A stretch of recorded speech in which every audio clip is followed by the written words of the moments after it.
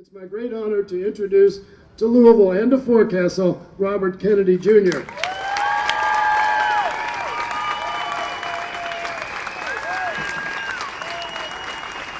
Thank you. I'm really back. I'm really happy to be back here in Louisville. And I want to thank Bobby Litkes and UPS, a great company, for sponsoring my appearance here today. And then I want to also thank John Yarmuth. I had John on my radio show earlier this week. I think it's going to play on Saturday and Sunday. But I love what he said about the river here. This is a maritime city. It's here because of that river, and yet in so many ways, and the law of Kentucky says that every child in Kentucky, whether you're rich or poor, young or old, humble or noble, every person in this community, every small boy and every small girl has a right to throw a fishing lure into that river, bring out a catfish, bring it home, feed it their family with pride and with the security that they're not poisoning somebody. But that right has been stolen from the people of Louisville because every fish in that river is now too poisonous to safely eat, and for particularly for a child. And that's an act of theft. Environmental crimes are real crimes. And what the law says is everybody in the state has a right to use that river, and the fish is in it, you own it. They're not owned by the coal companies, they're not owned by the governor or the legislature, they're not owned by the big hog farms or by the agribusiness or Monsanto, but they are now because those companies have privatized them. They've stolen them from the public, so the public can't use them anymore. And that's what environmental injury is. John understands this, and it's one of the issues that he ran on and articulated was, we're not protecting the environment so much for the sake of the fishes and the birds. We're protecting it for our own sake, because we recognize that nature is the infrastructure of our communities. And if we want to meet our obligation as a generation, as a civilization, as a nation, which is to create communities for our children that provide them with the same opportunities for dignity and enrichment and prosperity and good health as the communities that our parents gave us, we've got to start by protecting our environmental infrastructure. The air we breathe, the water we drink, the shared resources of our society, the commons, the public trust assets, the wildlife, the fisheries, the public lands, the forests, the rivers, the landscapes that connect us to our past, to our history, that provide context to our communities, and that are the source ultimately of our values and our virtues and our character as a people. I did an article a couple of weeks ago. Bobby was talking about the fuel efficiency in his fleet, and what he will tell you is that by acting good, his company is doing well. And that when we invest in the environment, in doing good things for the environment, that it makes all of our communities wealthier. And that ultimately it's a good business decision. We don't have to choose between prosperity and the environment. They're 100% of the time, they're the same thing. And I did a piece for Vanity Fair a couple of months ago where I quoted a speech by Lord David Putnam, who's a member of Parliament. And Parliament at the time, this was in November, was debating a cap and trade system to address global warming, and to its credit, Parliament ultimately passed this very strong bill.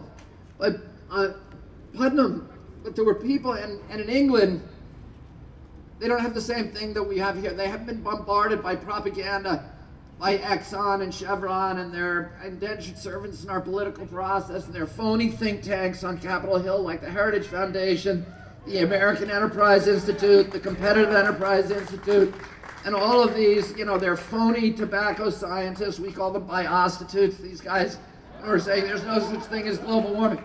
They haven't had that in England, so everybody in England realizes that global warming is real, that its impacts are going to be catastrophic, and we have to do something about it. But there's still vested interests and other people who are just concerned, who are concerned that we don't move too quickly, that we should move slowly and incrementally and deliberately, because if we do otherwise, it could leave our economy in ruins. And Lord David Putnam made this point. He reminded Parliament that exactly 200 years before, the same body had debated the abolition of slavery, the slave trade.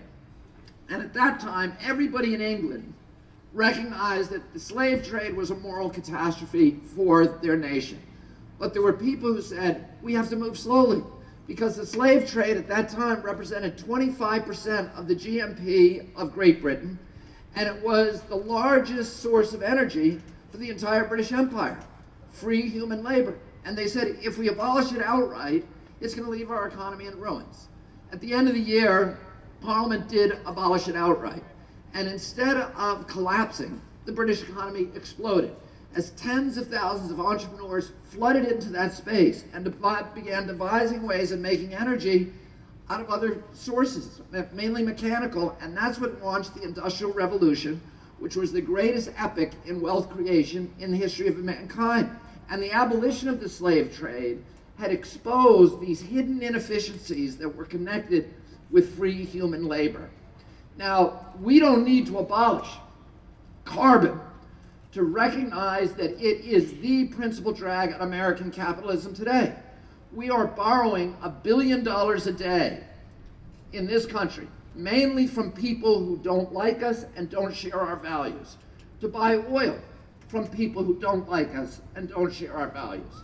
And this is what's caused the collapse of the American dollars. We're giving $1 trillion a year in subsidies to the oil industry and about $1 trillion a year in subsidies to the coal industry every year, and huge subsidies also to the nuke industry. These incumbents, which are blocking and impeding much more efficient types of energy and forms of energy from flooding into the marketplace. We need a marketplace in this country that does what a free market is supposed to do. We do not have a free market in this country when it comes to energy. We have a marketplace. We need a market that does what a market's supposed to do, which is to reward good behavior, which is efficiency, and punish bad behavior, which is inefficiency and waste. But right now we have market rules that are rigged to reward the filthiest, most inefficient producers in our marketplace. And this is what's causing our economy to collapse in this country.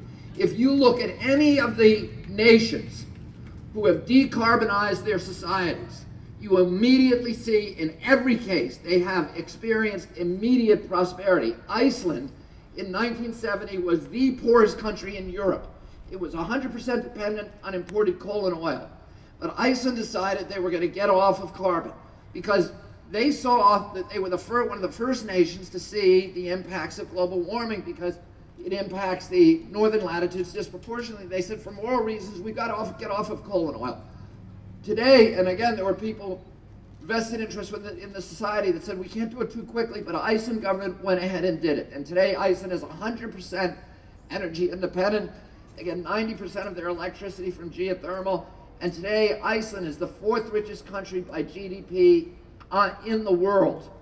And it's one of the biggest energy exporters in the world today as well. It can't run lines across the Atlantic, so it imports bauxite from Jamaica, and it uses its surplus energy to smelt it into aluminum, then it sells the aluminum ingots all over the world, and that's its way of exporting energy.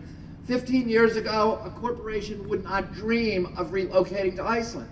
But today, corporations are lined up to get into Iceland to take advantage of this cheap, abundant, and clean energy and the high quality of life that goes along with it. Sweden in 1996 decided to decarbonize their society and to get rid of nuclear energy. They put a $150 tax on carbon. They closed their 2 biggest nuclear power plants. And today, Sweden is the 6th richest country by GDP in the world. And what happened again is entrepreneurs rush into that space to create new forms of energy from solar, from wind, from tidal, from geothermal, from conservation, from sawmill waste, from putrid garbage. And today, the wealth affects every human being in Sweden. Costa Rica, which decarbonized most of its economy, is now the richest country in Central America. Brazil, for the first time from decarbonizing its economy, is going to be able to educate every child in Brazil to pass high school, which has never happened before in history. California, which is the most energy efficient state in our country, is also by far the richest. We have the technology today to accomplish this, and to accomplish it very quickly, more quickly than any of the pundits or any of the experts realize today. And I've seen it myself. I'm on the board of a venture capital firm, the biggest green tech firm in the country, and they're doing things. Right now, one of our companies is rewiring Israel. Israel has made a commitment to be off of gasoline and off of oil within 3 years. All the cars will be electric within 3 years. And that's how fast they did it. And the same company, which is called Better Place, there's a story about it in the New York Times. Tom Friedman has a column about it today. Has signed a contract with Denmark. After they finish with Sweden, they're going to do Denmark. After they do Denmark, they're going to go to the United Kingdom and do all of the islands of the United Kingdom. And they've got 30 other countries that are now negotiating with them. So this is going to happen faster than anybody believes. We should be leading the way in this country. Well, we need leadership at every level, from our entrepreneurs, from our business people, from our communities, but we also need leadership that starts at the top. Because right now, the problem is we have far more abundant geothermal than they have in Iceland. We have enough solar energy. We have the second best solar energy of any nation in the world. And we have enough energy. Scientific American just reported enough solar energy in just 19% of the most barren desert land in Arizona to provide energy for electrical energy for the entire United States, even if every American owned an electric car. The Midwest is the Saudi Arabia of wind. We have enough harnessable wind resources in Montana, North Dakota, and Texas, just in those 3 states, to power all the energy in our country, even if every American owned an electric car. The problem is we have an antiquated grid that doesn't reach those areas, so that if you're a Texas wind farm owner, you can't sell your electrons to New York City, because using the antiquated grid, the electrons will dissipate and they'll never be able to cross the Mississippi River. We need government help to rebuild our infrastructure so we can transport that energy from the wind zones, from the solar zones in this country to the big markets. Number 2, we need to get rid of, each state has its own set of rules, and all 50 states have their own set of rules for getting access to the grid. We need to get rid of that. So the lowest cost producer can get on that grid. If you put solar panels on your house, and there's a time of day when you're generating more energy than you're using, you ought to be able to sell that energy back to the grid like they can here in Kentucky, but you ought to be able to get market rates, which they can here in Kentucky. You ought to be able to be rewarded for your innovation and for your investment in the marketplace. We need to turn every American into an energy entrepreneur, every home into a power plant. And when we do that, I talked about the $1 trillion a year. $1 trillion a year we're giving in subsidies to the oil industry, and that does not include the $3 trillion that we're going to spend on the Iraq war, which should also be billed to their account, because that's the part of the price, right?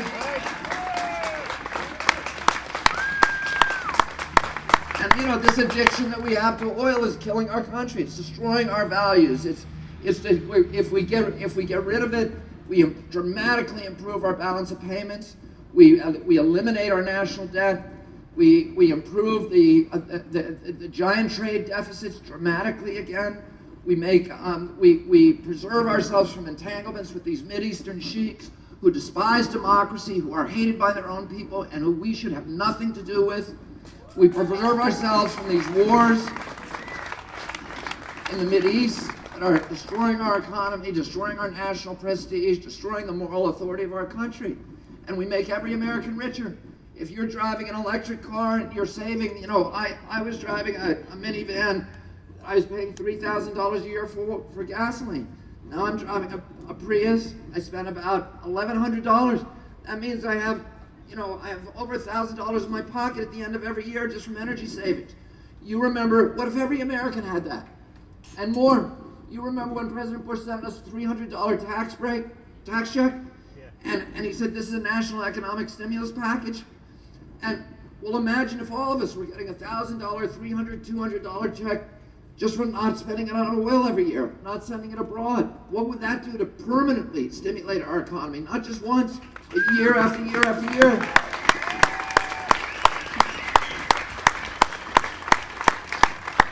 And we wouldn't have to cut the Social Security Trust Fund to do it. And we have now an administration that instead of going in that direction, which is the most important thing for our national security as well, we're going in the opposite direction. We're, you know, the only solution they can come up to with our energy process is to give $100,000 tax breaks to people who want to buy Hummers. Okay, get rid of the tax break for hybrid cars, which is what this administration did, and then we go drill in the Arctic and offshore. You know, as if we can drill our way out of this problem. It's like, you know, President Bush in every one of his State of the Union addresses has called this a deadly addiction. Well, you know, you don't get rid of an addiction by giving the crack addict more crack. We need to get rid of the addiction by getting off the stuff. Woo!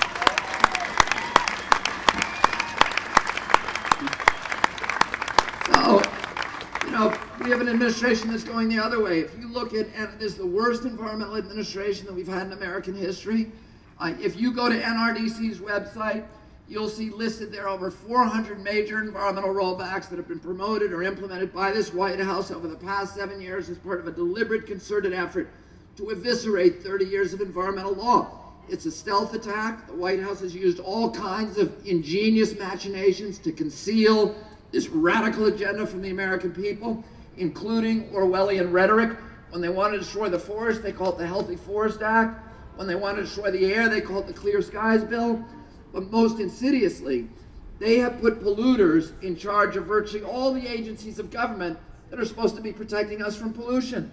The head of the Forest Service is a timber industry lobbyist. Mark Ray, probably the most rapacious in our history. The head of public lands, until recently, was a mining industry lobbyist, Stephen J. Griles, who now he's in jail, serving 10 months for doing sweetheart deals with polluters. And you know, he's the one who's destroyed these mountains. Mountaintop mining was his idea. He thought it was a great idea. And he still does while he's sitting in the penitentiary. But Griles has said for many years that he believes that public lands are unconstitutional. And this is the man who's been put in charge of running our public lands. The head of the air division at EPA, a utility lobbyist, Jeffrey Homestead, probably who's represented nothing but the worst utilities, most polluting utilities in our country. The head of Superfund, a woman whose last job was teaching corporate polluters how to evade Superfund. That is second in command of EPA, a Monsanto lobbyist. The New York Times recently did a report on a series on the president's #1 environmental advisor, Philip Cooney, who is the head of the Council on Environmental Quality. His office is in the White House, next to the Oval Office, and his job purportedly is to advise the president on the environmental impacts of every decision he makes. Philip Cooney's last job was as chief lobbyist for the American Petroleum Institute. And as it turns out, his principal preoccupation over the past 7 years has been combing through every federal scientific document issued by all the different agencies of government and redacting or suppressing or altering or deleting inculpatory or damaging statements about the oil industry or the coal industry. So he suppressed 12 major studies on global warming that you and I paid for, the federal taxpayer, that never saw the light of day. And so his job essentially has been to deceive the American public. And, you know, there's nothing wrong with having business people in government. It's a good thing if your objective is to recruit competence and expertise. But in all of these situations, these individuals have entered government service not to serve the public interest, or rather to subvert the very laws that they're now charged with enforcing in order to enrich the president's corporate paymasters. And they have imposed tremendous diminution in quality of life for the people of this country. And, you know, most Americans don't know about it. They don't make the connections because we have a negligent and indolent press in this country that has simply let down the American public and American democracy. But I'm going to give you an example because I'm standing in a state that's been one of the chief victims of just one industry. And in my book, in Crimes Against Nature, I talk about all these different industries that have a chokehold on this administration of corporate hog farms and corporate agribusiness, and that have been able to engineer these in the chemical industry, the nuke industry, that have been able to engineer these rollbacks that have been so damaging to public health and to quality of life of people of this country. But I'm just going to talk about one industry today because it disproportionately impacts the people of this state, and that's coal-burning power plants like the one right downriver here. I have 3 sons who have asthma. 1 out of every 4 black children in America's cities now has asthma. We know that, and we have a pediatric asthma epidemic in this country that everybody's conscious of. We know that the principal trigger for the asthma attacks themselves is bad air, mainly ozone and particulates. About 75% of asthma attacks are caused by those 2 substances. And the principal source of that material in our atmosphere is 400 coal-burning power plants that are burning coal illegally. It's been illegal for 18 years. The Clean Air Act said you had to remove the ozone and particulates before you can discharge from the stacks. And in fact, many of those plants, about half of them, about 400 other plants, did remove the ozone and particulates. Like in my state, Massachusetts, and Bobby's state, all of them did. And in New York State, many of the other states, generally what you saw is in the blue states, they complied with the law and did it.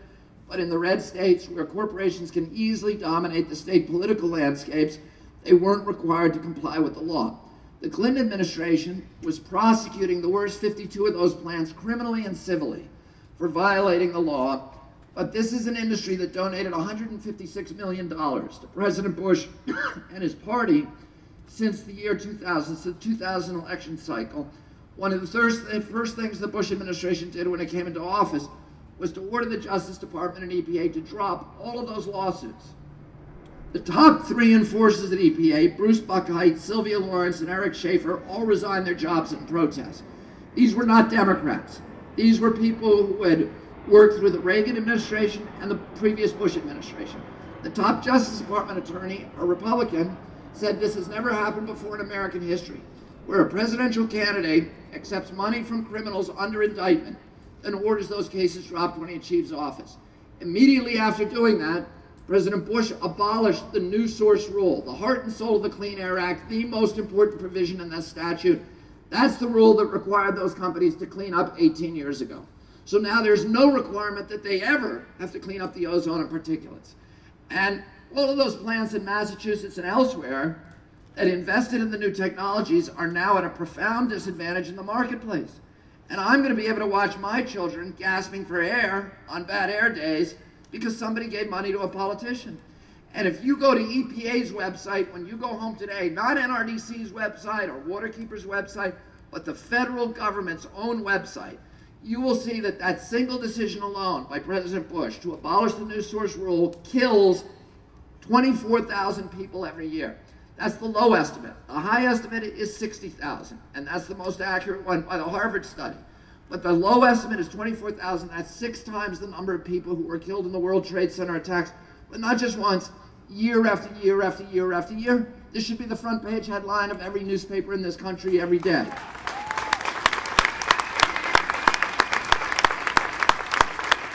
And a lot of those people are here in the state of Kentucky. This is the highest concentration on this river of coal-burning power plants anywhere in the country. And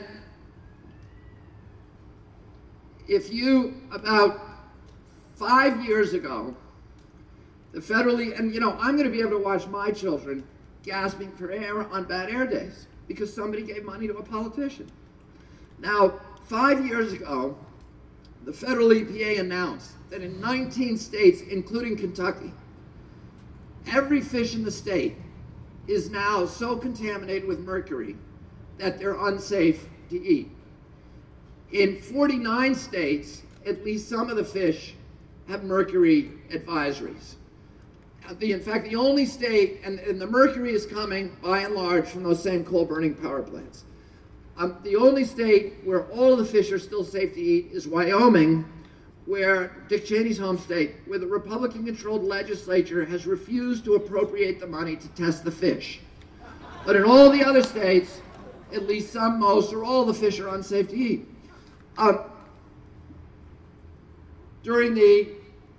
We know a lot about mercury we didn't know a few years ago. We know, for example, that according to CDC, 1 out of every 6 American women now has so much mercury in her womb that her children are at risk for a grim inventory of diseases: autism, blindness, mental retardation, heart, liver, and kidney disease. I just came back from Shippingsport, Pennsylvania, where they have a coal-burning power plant that's still discharging mercury illegally.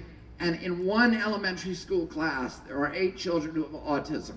And a recent study by the University of Texas says that autism rates are dramatically higher in the downwind plumes of those plants, and special education needs dollars are much, much larger in schools that are within the downwind of those plants than elsewhere.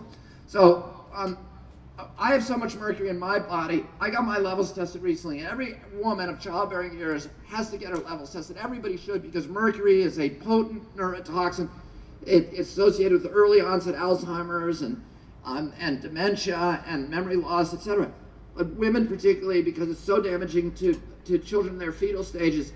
And you can do it by going to our website, Waterkeeper Alliance, and send us a little lock of your hair, and we'll send you back your mercury levels. My levels are, just from eating fish, 2.5 times what EPA considers safe. If you ever eat tuna fish, or if you ever eat sushi, you gotta get them tested right away. My levels are, as I said, double what EPA considers safe. I was told by Dr. David Carpenter, who's the national authority on mercury contamination, that a woman with my levels of mercury in her blood would have children with cognitive impairment, permanent brain damage. I said to him, you mean she might have? And he said, no, no, no. The science is very certain, Al. Her children would have some level of permanent neurological injury. Probably, he estimated, at the levels that I have, a permanent IQ loss in those kids of 5 to 7 points. Well, today, according to CDC, there are 640,000 children born in this country every year who've been exposed to dangerous levels of mercury in their mother's wombs. The Clinton administration, recognizing the gravity of this national health epidemic, reclassified mercury as a hazardous pollutant under the Clean Air Act. That triggered a requirement that all of those plants remove 90% of the mercury within 3.5 years, including this one down here. And it would have cost them less than 1% of plant revenues. And we know that it works. We know that when they remove the mercury, within 5 years, it mainly disappears from the fish in the waterways downstream, downwind of that plant. So it was a great deal for the American people, but still billions of dollars for that industry. And that's the industry that gave $156 million to this administration. And 3 years ago, the White House announced that it was abolishing the Clinton-era rules and substituting instead rules that were written by utility industry lobbyists that will require the industry to never have to remove the mercury. The new rules, incidentally, were written by a law firm called Latham & Watkins, which does a lot of good things, but at that time, they were the principal lobbying firm for the worst of the worst of the worst of these utilities, companies like the Southern Company, which is just a criminal enterprise. And the top lobbyist for that law firm was a man named Jeffrey Homestead, and he's the guy that President Bush chose to run the air division at EPA. So he just took language that he wrote when he was a lobbyist for these companies and turned it into American law and saved billions of dollars for his buddies by imposing tens of billions of dollars of costs on the rest of us. And I'll just tell you the rest of the story, because we sued him to stop him from doing that. And it took, we forced him, it took him an extra 2 years to do it. When they finally got it done, the day after they promulgated those regulations, Homestead's top 2 deputies, who were former lobbyists for the Southern Company, resigned their jobs at EPA and went back to work for Southern Company, their public service having been done. And you know, Philip Cooney, the guy I was talking about, who's the president's #1 environmental advisor, when this New York Times series recently aired, he was forced out of the White House, and 2 days later he was hired by Exxon Corporation. And in fact, he never stopped working for Exxon. It's just that you and I were paying him for the past 7 years. And Jeffrey Homestead just left EPA finally to go to work for Bracewell Giuliani, which is Rudy Giuliani's Texas-based lobbying firm, and they are now the principal lobbying firm for the Southern Company. So this is this revolving door of plunder that you get when you allow polluters to run a democracy. And you know, we're living in a science fiction nightmare today, where my children and every child in this state, and most of the children in America, can now no longer engage in the seminal primal activity of American youth, which is go fishing with their father or mother in the local fishing hole, and then come home and safely eat the fish because somebody gave money to a politician. I live 2 hours south of the Adirondack Mountains, the oldest protected wilderness on the face of the earth. It's been protected as forever wild since 1888. I take my kids fishing and hunting and hiking and swimming, canoeing, camping there. We had a right, the American people, to believe that generations of our citizens would be able to enjoy those pristine landscapes, the forests and lakes unspoiled. But today, 1/5 of the lakes in the Adirondacks is sterilized from acid rain that's coming from those same coal-burning power plants, and which has incidentally also destroyed the forest cover on the high peaks of the Appalachian from Georgia all the way up to northern Quebec. And this administration, having accepted $156 million from that industry, has put the brakes on the statutory requirements that they clean up the acid rain. And as a direct result of those rollbacks this year, about 6 months ago, the EPA announced that for the first time in the 30-year history of the Clean Air Act, the levels of sulfur dioxide have actually gone up in America's air, an astronomical 4% in a single year. About 4 months ago, I flew over the coal fields of the Appalachians, of eastern Kentucky and the Cumberland, West Virginia. And I've done that a lot over the past 10 years fighting mountaintop mining.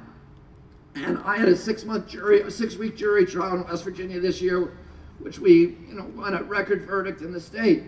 But I got a chance to see this again, and every time I see it, it gets worse and more disturbing. And if the American people could see what I saw, there would be a revolution in this country, because we are cutting down the Appalachian Mountains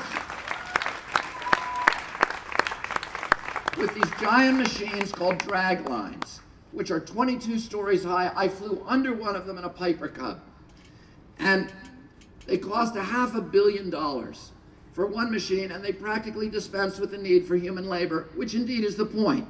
When my father was fighting strip mining in Appalachia back in the 60s, I remember a conversation that I had with him when I was 14 years old, where he said to me, they're not just destroying the environment, they are permanently impoverishing these communities, because there's no way that they will ever restore an economy from these barren moonscapes that they leave behind.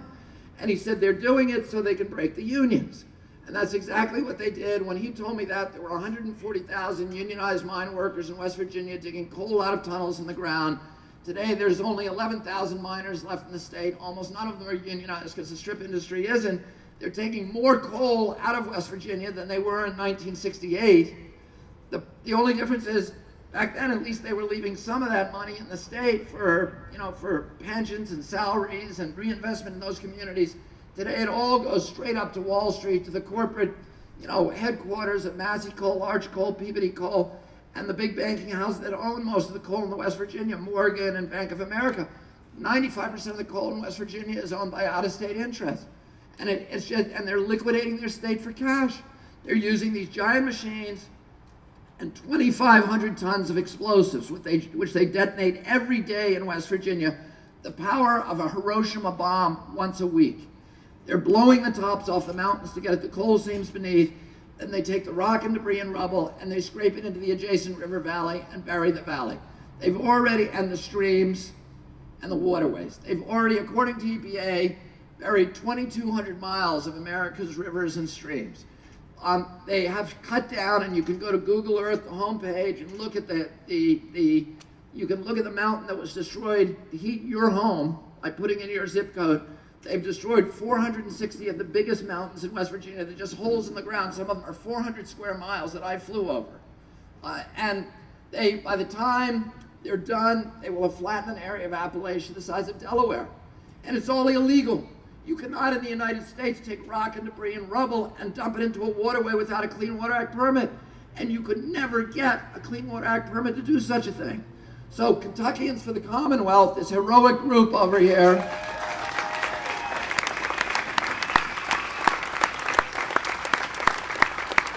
sued them in front of a conservative Republican federal judge, Judge Charles Hayden. And Judge Hayden said the same thing I just said to you. It's all illegal. It's been illegal since day one. And he enjoined all mountaintop mining.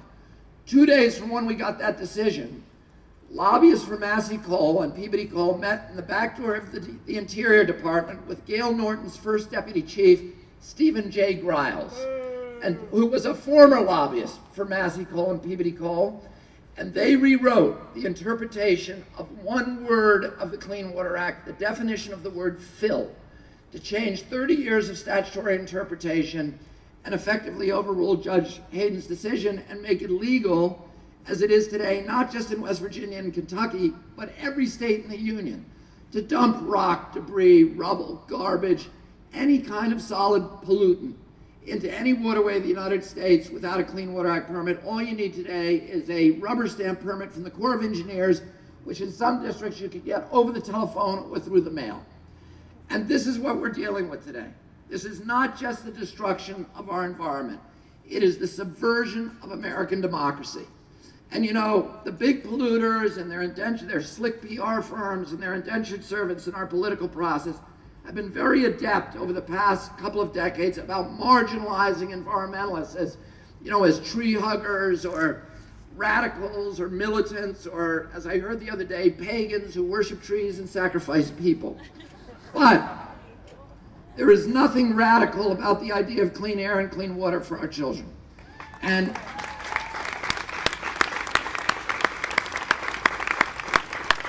we are not protecting the environment for the sake of the fishes and the birds. We're protecting it, as I said at the outset, for our own sake, because we recognize that nature is the infrastructure of our communities.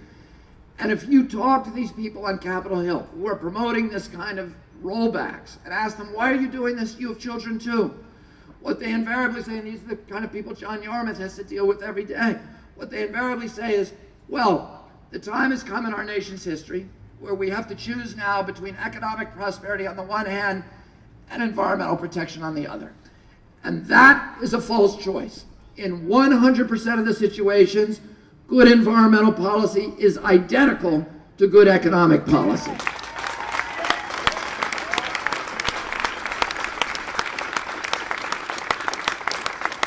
If we want to measure our economy, and this is how we ought to be measuring it, based upon how it produces jobs and the dignity of jobs over the long term and over the generations, and how it preserves the value of the assets of our community. If, on the other hand, we want to do what they've been urging us to do in Washington, D.C. and elsewhere, which is to treat the planet as if it were a business in liquidation, convert our natural resources to cash as quickly as possible, have a few years of pollution-based prosperity, we can generate an instantaneous cash flow and the illusion of a prosperous economy, but our children are going to pay for our joyride. And they're going to pay for it with denuded landscapes and poor health and huge cleanup costs that are going to amplify over time and that they will never be able to pay. Environmental injury is deficit spending. It's a way of loading the costs. It's a way of loading the costs of our generation's prosperity onto the backs of our children. And one of the things that I've done over the past 25 years as an environmental advocate is to constantly go around and confront this argument that an investment in our environment is a diminishment of our nation's wealth. It doesn't diminish our wealth. It's an investment in infrastructure. The same as investing in telecommunications and road construction. It's an investment we have to make if we're going to ensure the economic vitality of our generation and the next generation. Now, I want to say one thing, which is this. There is no stronger advocate for free market capitalism than myself. I believe that the free market is the most efficient and democratic way to distribute the goods of the land, that the best thing that could happen to the environment is if we had true free market capitalism in this country, because the free market promotes efficiency, and efficiency means the elimination of waste, and pollution is waste. And a true free market would encourage us to properly value our natural resources. And it's the undervaluation of those resources that causes us to use them wastefully. But in a true free market, you can't make yourself rich without making your neighbors rich and without enriching your community. But what polluters do is they make themselves rich by making everybody else poor. They raise standards of living for themselves by lowering quality of life for the rest of us.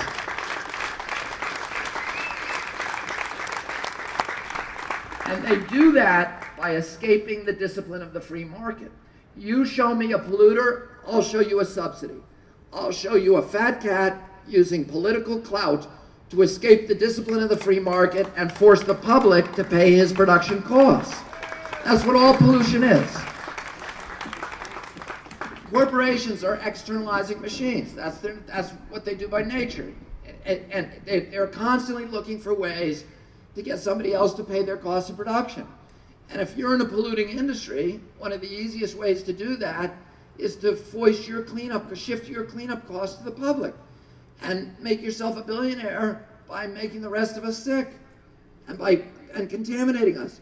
And you know, if the Southern Company puts mercury up from its stacks in Mississippi, and it falls on New York State, and it poisons our children's brains, and it makes it so I can't fish in my state anymore. I pay $30 for a fishing license every year, but I can't eat the fish anymore. The Constitution of the state says the people of the state own the fish, but today the Southern Company owns them. They privatize our public trust resource, and that is the way that they gave themselves a subsidy. And they've also privatized the lakes and the Adirondacks with their acid rain and the forests. They privatize the air in my children's lungs because my kids can't breathe it anymore. And that's what all pollution is. And when, you know, all of the federal environmental laws were intended to do is to restore free market capitalism in this country by forcing actors in the marketplace to pay the true cost of bringing their products to market. And what we do in the Riverkeeper movement is we don't even consider ourselves environmentalists anymore. We're free marketeers. We go out into the marketplace, we catch the cheaters, the polluters, and we say to them, we're going to force you to internalize your costs the same way that you internalize your profits. Because as long as somebody is cheating the free market, it distorts the whole marketplace, and none of us gets the advantages of the efficiency, the prosperity, the democracy that the free market otherwise promises our country. And what we have to understand as Americans is that there's a huge difference between free market capitalism and the kind of corporate crony capitalism that has been embraced now, you know, across this country, in Washington, D.C., and Frankfurt, and all over the place, which is as antithetical to democracy, to efficiency, to prosperity in America as it is in Nigeria. Now, I want to say one more thing, which is this. And it's the point I tried to start off with before this whole talk turned into a digression, which is that the reason that we protect the environment is not so much for nature's sake, but for our own, because we recognize that nature enriches us. It enriches us economically. Yes, it's the basis of our economy, and we ignore that at our peril. The economy is a wholly owned subsidiary of the environment. But it also enriches us aesthetically and recreationally and culturally and historically and spiritually. And human beings have other appetites besides money. And if we don't feed those appetites, we're not going to grow up. We're not going to become the kind of beings that our Creator intended us to become. When we destroy nature, we diminish ourselves. We impoverish our children. We're not fighting to preserve those ancient forests in the Pacific Northwest or the deciduous forests of Appalachia for the sake of the spotted owls or, you know, or other creatures, as Rush Limbaugh loves to say. We're preserving those forests because we believe the trees have more value to humanity standing than they would have if we cut them down.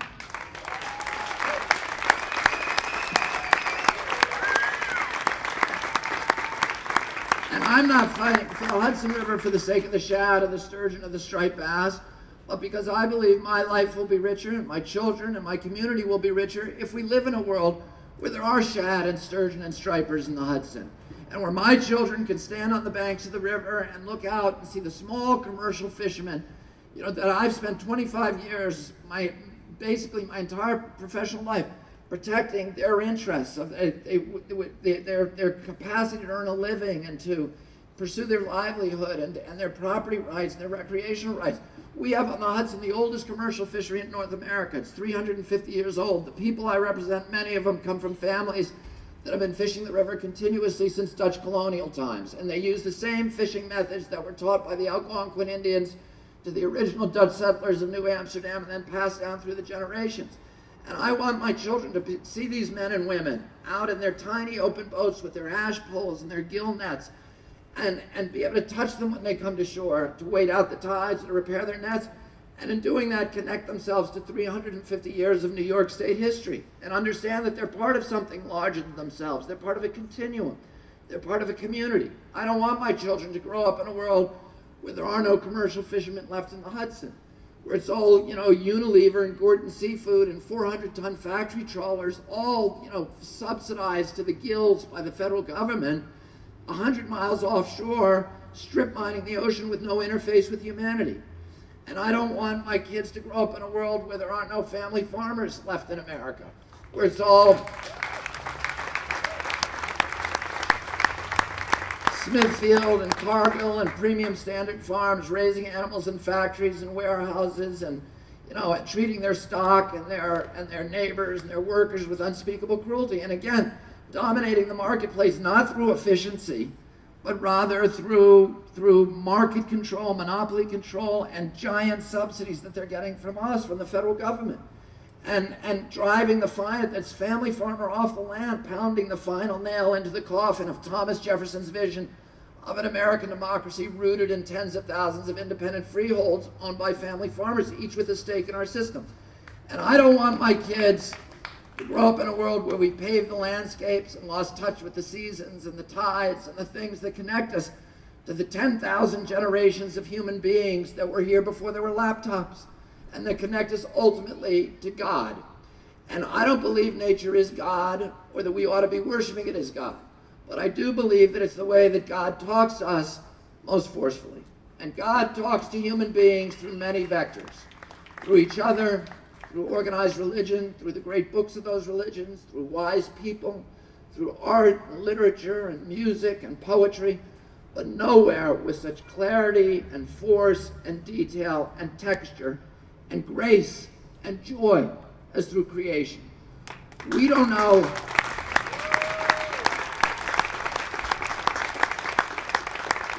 Michelangelo by reading his biography. We know him by looking at the ceiling of the Sistine Chapel. And we know our Creator best by immersing ourselves in creation, and particularly wilderness, which is the undiluted work of the Creator. And, if you look at every religious tradition throughout the history of mankind, the central epiphany always occurs in the wilderness. Buddha had to go to the wilderness to experience nirvana and self-realization. Muhammad had to go to the wilderness of Mount Hera in 609, climb to the summit in the middle of the night on a camping trip with his family and wrestle the angel Gabriel there to have the Quran squeezed from him. Moses had to go to the wilderness of Mount Sinai alone for 40 days to get the commandments. The Jews had to spend 40 years wandering the wilderness to purge themselves of the 400 years of slavery in Egypt. Christ had to go to the wilderness for 40 days to discover his divinity for the first time. His mentor was John the Baptist, who lived in a cave in the Jordan Valley and dressed in the skins of wild beasts and ate locusts and honey. And all of Christ's parables were taken from nature. I am the vine, you are the branches. The mustard seed, the little swallows, the scattering the seeds on the fallow ground, the lilies of the field. He called himself a fisherman, a farmer, a vineyard keeper, a shepherd. The reason he did that, and it's the same reason, is that's how he stayed in touch with the people. And it's the same reason that all the Old Testament prophets, the Talmudic prophets, the Quranic prophets, the Upanishad prophets, all the way back to the pagan prophets like Esau, all of them came out of the wilderness, and all of them used parables and fables and allegories drawn from nature as morality plays to teach us the difference between what right and wrong and what the face of God looks like. And Christ did that because that's how he stayed in touch with the people. He was saying things that were revolutionary, that challenged the political hierarchy and of fundamentalism of his own time. And he would have been dismissed by the common people as a quack because everything he said contradicted the things that they had heard from the literate, sophisticated people of their time. But they were able to confirm the wisdom of his parables through their own observations of the fishes and the birds. And they were able to say, he's not telling us something new. He's simply illuminating something very, very old, messages that were written into creation by the Creator at the beginning of time. And we haven't been able to discern or decipher them until the prophets came along who had immersed themselves in wilderness and learned its language, then come back to the cities to teach us the wisdom of God. And this is where our values come from. The overarching values that unite all of humanity. And it's where our values come from in our country too, the values that unite us as a community. Wilderness is such an important part of American culture from the beginning of our national history. Our greatest political leaders and theologians and poets and cultural leaders were telling the American people, you don't have to be ashamed because you don't have the 1,500 years of culture that they have in Europe, because you have this relationship to the land, and that's going to be the source of your values and virtues and character. And Frederick Jackson Turner, who was our greatest American historian, said that in America, democracy came out of the forest. Without these vast tracts of wilderness and woodland like you have here in Kentucky, we wouldn't have evolved the political institution that defines us as a people. And if you look at every valid piece of classic American literature and poetry and art, the unifying theme is that nature is the critical defining element of our culture. This is, the battle that we're fighting, that all of us are fighting, is not just a battle to save a few acres of wetlands or river systems, but it's a battle for the values that define us as a country, for our democracy, for our economy, for free market capitalism, for our conservatism, and these people have torn the conserve out of conservatism, for local control. And we've lost touch with our values. We're doing things in our country that I had never imagined us doing, of torturing people, suspending habeas corpus, wiretapping our citizens, tearing up the Constitution. I'm going to tell you one last story, which is this. When I was a little boy, I went to Europe with my father. I went to Poland and Czechoslovakia and Italy and France and Greece and Germany. And everywhere we went, we were met by vast crowds of people. You saw those pictures of Obama the other day with 200,000 people. We were seeing those numbers everywhere we went. Everybody waving American flags. And they just wanted to be near an American politician. And it wasn't just because my father's brother had been martyred 4 years before, because they did the same thing for Eisenhower when he went to Kabul and Tehran. 1 million Muslim people met him with tiny American flags and lined every street he went on, from the airports all through their countries. And I saw people who were hungry for our moral authority, who were starved for American leadership. They proudly named their streets after our presidents, Washington and Lincoln and Jefferson and Roosevelt and Kennedy. And I remember the day after 9/11, when the headline on the biggest newspaper in France, Le Monde, was "We're all Americans now." And for 3 weeks after 9/11, tens of thousands of Muslim people came out onto the streets of Tehran in spontaneous candlelight vigils to light tiny candles and hold American flags to express their solidarity, their support, their love for the American people and for our nation. We were the most beloved nation in the history of the earth. It took 230 years of disciplined, restrained, and visionary leadership by Republican and Democratic presidents to build up those vast reservoirs of love for our country. And 7 short years, through monumental arrogance and incompetence, we have drained those reservoirs dry. And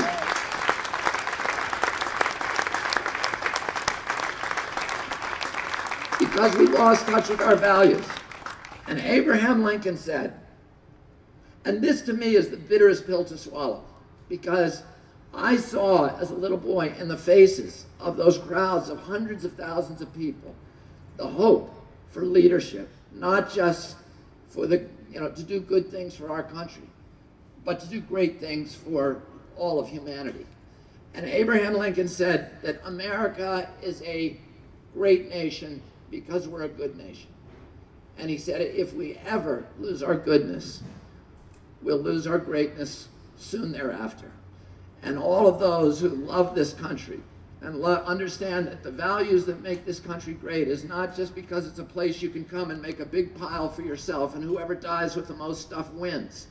It's because of the values that we've cherished and nurtured for generations in this country, and that we owe it to our children to give them an America that represents those values to the rest of the world as well. Thank you very much.